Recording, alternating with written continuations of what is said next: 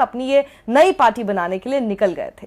त्रिपुरा की आदिवासी इलाकों में बहुत सख्त पकड़ है और ऐसी कुल 20 सीटें हैं।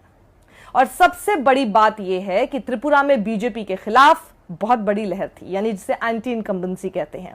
उसका अंदाजा इसी बात से लगा लीजिए कि त्रिपुरा में बीजेपी अध्यक्ष हार गए, उप मुख्यमंत्री तक अपनी सीट नहीं बचा पाए और मुख्यमंत्री मानिक साहा बड़ी मुश्किल से 1200 के मार्जिन से ही घिसटते घिसटते जीत पाए हैं। फिर भी बीजेपी जीत गई। बीजेपी डिवीजन ऑफ वोट्स की वजह से जीत गई है। समझिए, बीजेपी के खिलाफ सेंटिमेंट है, यह सबको मालूम था, लेकिन एक बार फिर विपक्षी एकता में डेंट लगा दिखा। सब साथ होते तो आज नतीजे कुछ और होते। यह राह बीजेपी के लिए आसान नहीं थी, पर यूं समझिए आसान बना दी गई।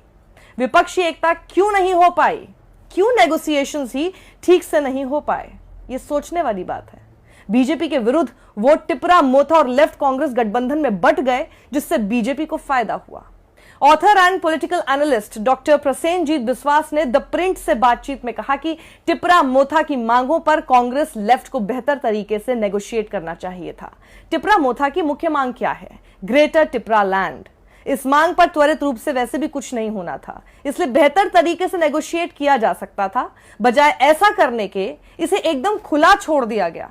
और इसके अलावा जहां जहां भी बीजेपी कम मार्जिन से जीती है, वहां बीजेपी को पोलराइजेशन का भी थोड़ा फायदा उसे मिलता हुआ दिखाई दिया है। एक बार फिर ये एक बड़ा लेसन है विपक्ष के लिए, बशर्ते वो इससे कुछ सीखे, क्योंकि बार बार हमें ज्यादातर चुनावों में देखने को मिलता है और जहां बीजेपी के खिलाफ सेंटिमेंट होते भी हैं, विपक्ष उसे अपनी बिखरी एकता से फायदा पहुंचा देता है। अब आपको बताते हैं कि अगर विपक्ष एक होता तो आखिर कैसे बीजेपी 24 और सीटें हार सकती थी। देखिए, चुनाव आयोग के अनुसार जिन 18 सीटों की मैंने ऊपर आपको बात बताई थी, वो बीजेपी के खाते में गई हैं।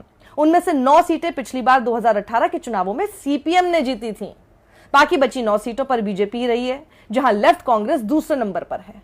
ये सीटें हैं अमरपुर, सूरमा, पानीसागर, मजलिशपुर, कमलपुर, पबियाछारा, तेलियामुरा, खायरपुर और पेचरथाल। जुलाई बारी में बीजेपी का सहयोगी दल है आईपीएफटी, जिसने महज 500 वोट के मार्जिन से अपनी